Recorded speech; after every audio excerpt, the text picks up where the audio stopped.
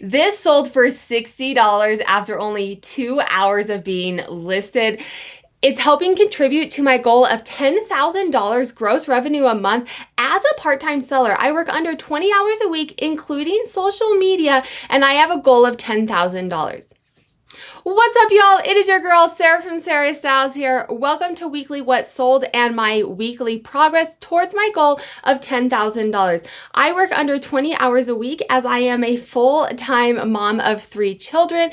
That includes social media. So my reselling activities are roughly 10 to 15 hours a week. This series is it's Wednesdays now because I started my lives on Monday, but every single Wednesday I will be going over my progress to that $10,000 as a part-time seller, as well as highlights from what sold. So make sure to hit that subscribe button so you guys can see how my progress is towards my monthly goal, as well as tips and tricks that help me get to this goal in working minimum hours and making maximum profit.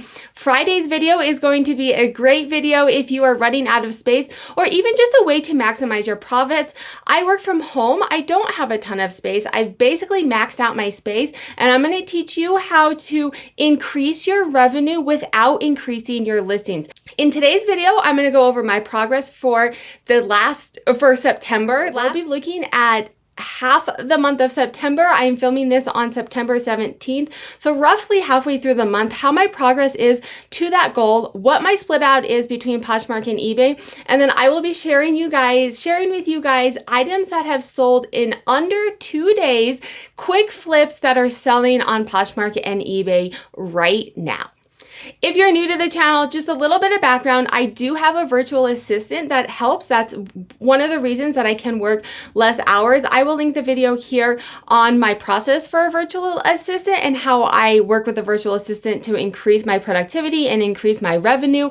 And I sell mainly women's clothing, shoes, and purses, a little bit of liquidation, and a little bit of thrifted and bins finds. All right, before we get into my numbers and then items that sold very quickly for me so far this month, let me know what your guys' best sale for the month is. Leave those comments down below. All right, so I am in the green for everything. Do keep in mind that we are comparing, half of August through half of September. So my kids are in school now compared to the summer when I was working roughly 5 hours a week, listing 5 items a day, only sending out offers, very bare minimum. So for things to be in the green is amazing. However, things are significantly in the green. I am selling more items. My average sale price is up. My sell-through rate is up. You can see here, I am listing more items.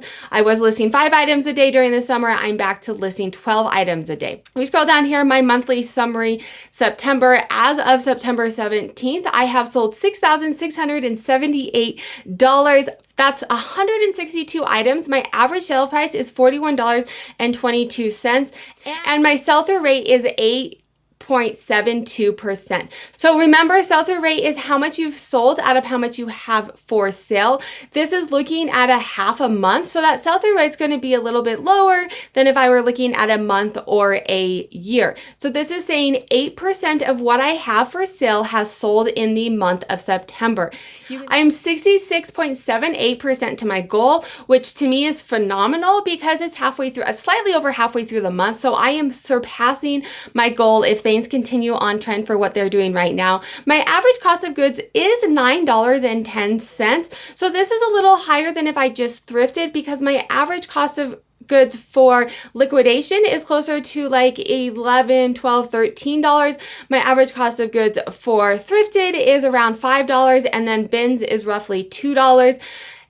It's slightly higher at the bins because I get a lot of shoes at the bins and those do weigh more, but it's still only $2. You can see here, if you follow Chris at the Daily Refinement, he goes through the reseller nirvana, which is essentially selling as many items as you list. I really try and use that as a principle and focus on my numbers. If I am listing more items than I'm selling, there's something going on. Right now, I'm listing more items than I'm selling, but that's strictly because I was not listing a lot in the summer and I'm kind of catching back up. You can expect to start listing 10 items and then the same day start selling 10 items.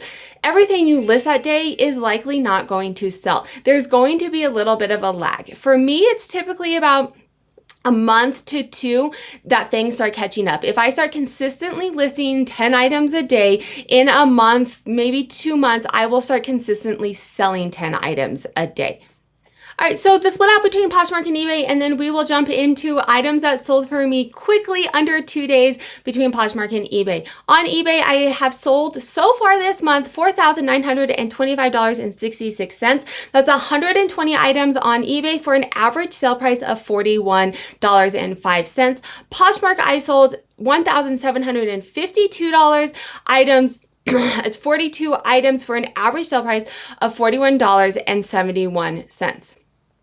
If you follow me, I want to kind of give a little bit of an update. My Poshmark sales have been increasing. My average sale price has been increasing. And something that I've been doing in the early spring, I lost my VA that I'd had for about a year. She was working more at her full-time job, and I had to train new VAs. In that process, I kind of got behind in my cross listing because it was a large taking and I wanted them to be able to draft before I taught them how to cross list. So I did get behind on cross listing to Poshmark. I do typically stay about a month behind. I'll link a video up here on why I do that, but things sell better and higher. There's less fees. I essentially make more money on eBay. So I usually try and give things about a month on eBay. However, I was 2 to 3 months behind. So I have been using List Perfectly, and I will link down below. I have a coupon code. Sarah Styles LLC will get you 20% off if you want to go ahead and try List Perfectly. I've been using them to cross list 15 to 30 items a day from eBay to Poshmark. That is helping increase my average sale price because now my newest stuff is also on Poshmark as well as just being active and having more listings on Poshmark. All right, so let's get into actual items that sold for me in September of 2021 on Poshmark and eBay. As you will see, I'm going to show you more eBay than Poshmark simply because I sell more on eBay than on Poshmark, as you saw in the numbers. I will put the cost of goods below. I track my cost of goods in various different ways. My cost of goods for September is $9.10. However, I'm splitting it out for the sake of this video between my thrifted cost of goods, my bins cost of goods, and my liquidation cost of goods. I do have best offers on everything. So if this sold by a best offer, it doesn't always show in this screen, and I'll let you know what it actually sold for. So these AG high-rise CV ankles sold $32 is what I was asking. They sold for a best offer of $25. Some things to note here, it's definitely jean season. You guys will see a theme. I've sold a lot of jeans, especially quickly. If you are in the women's jeans game, things to note here are high rise. Anything high rise I will almost always pick up. Even if it is a mall type brand, they typically sell quickly. And if I, can recover, if I can sell them for $20, $30 and they're going to sell quickly, I will pick them up. A jean. What surprises me about this is these jeans retail at probably like $250. Well, probably around $200, and they're selling for $32 used. But hey, that's $32 I didn't have the day before. This is from a palette. Oh, I forgot to say the A&G was thrifted. This was from a palette. This sold as a best offer as well for $65. I had it listed at $90. I always start a little bit on the high end of comps because obviously if I can get $90, I will take it. I had an offer within a day for $65. Yes, it's a little bit lower than the $90. However, it was $65 I didn't have the day before. And when I looked at comps, $65 was reasonable. There was one or two that maybe sold closer to this $90, but for the most part, most of them were selling for $60 or $70. Again, it's $65 I didn't have the day before. This Eileen Fisher from liquidation is selling very well for me. It's selling very quickly for me. Eileen Fisher from the thrift store, I rarely pick it up because I really don't know Eileen Fisher well enough to know what is selling well and what to pick up. The Eileen Fisher from liquidation is going to be current seasons and it's selling pretty well. This was an offer within 2 hours of me listing it. I listed on a Sunday. I think that probably had a little bit of something to do with it. People are out shopping on the weekends more. It did sell for a best offer of $60, 20% off. I'll very gladly take that offer. BKE, are you noticing jeans? It's definitely jean season over here at Sarah Styles LLC. I like selling jeans. I really like doing a taking photos of jeans, and I do have a video coming out of jeans sell a little bit lower. These sold for a best offer of $16, so they're not selling super high. However, the process behind them doesn't take me as long. I have a video coming out. Make sure to hit that subscribe button about comparing my jeans to something that's selling for a high cost of goods or high average sale price. And is it actually worth it for items that sell lower? How you can make sure that it's worth it.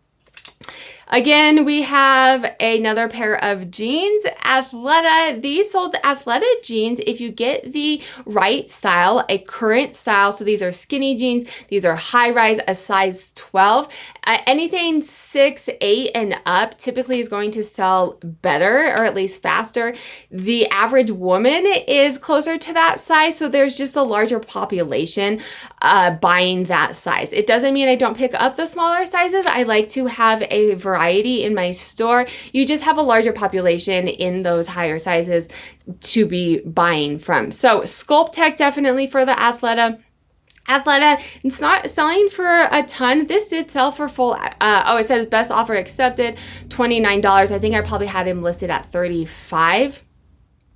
Athleta's hit or miss. I don't pick up the tops often. I did this morning just sell a pair of Athleta leggings. I'll pick them up if they have like a pocket or they're like a cool pattern, something that makes them kind of unique. Again, another pair of jeans, Citizens of Humanity, Racer, the Racer. These sold quickly and they were actually listed around $50. I asked on my social media, Instagram, should I accept this offer? Because it was about 50% lower. However, it was an offer the same day and comps on this were all over the board. And to me, these are a thrifted item. I made money off of them, out with the old, in with the new. I could have maybe held out for that $50, but there were comps all over the place. And I thought, hey, I have made money off of these. They sold quickly. Let's get rid of them. And I have room for something else. Prana. So this brand, I will pick up if it is something kind of unique. So this had like kind of a cool neckline to it. I think maybe it had pockets. I can't remember. It was at the bins. And so I did pick it up. I was thoroughly surprised that it sold the same day for $25. It sold full out for the asking price of $25 same day. That's not typically the case. If it's something more unique, it does usually sell quick-ish, but same day, I was very surprised at that. The North Face, I was not surprised by this at all. This was the North Face jacket. I had it listed, I think, at $45. It had 2 or 3 washers within the first day. It is a size 2XL. I think that really helped it sell quickly. There's not a lot of it's not very saturated. There's not a lot of 2XL in this style when I listed it, so I think that helped as well. I did accept an offer. I probably could have gotten a little bit more, but I'm in the business of selling, not in the business of hoarding. And if I'm going to hold out for a couple bucks, it's not worth it for me because that couple bucks is taking up space in my inventory where I can have something else in the door and out the door. That is my business model. I'm in women's clothing, shoes, and purses, and so it's very saturated. And you almost have to be in a volume game to make money. If you are in collectibles or something that's a little bit more unique, I think definitely holding out is the right strategy. But the North Face, winter jacket, there's a zillion of these on eBay. If someone's going to buy mine as opposed to someone else's, I'm going to take it. And then we are on to Poshmark. This is from the liquidation palette. This sold for $25. This was a flat buy as well. So I had it listed. It sold within a day of being listed on Poshmark. So I do want to note the things that sold on Poshmark had been on eBay for 1 to 3 months because I'm trying to get caught up on my cross listing. So it sold within a day of being listed on Poshmark. It was on eBay for a couple months prior to that. And then you have this Rebecca Taylor. This again is something from a palette. Poshmark has started keeping the price of what it was listed at if you got a best offer. So I think that's actually helpful to resellers because when people are looking up comps, the comp is going to be $76, not the $40 that I accepted. If you like this video, YouTube also thinks you'd like this video. I will link my What Sold playlist here so you guys can catch up on some of those as well. And then make sure to hit that subscribe to follow my progress and learn tips and tricks on how to make money reselling.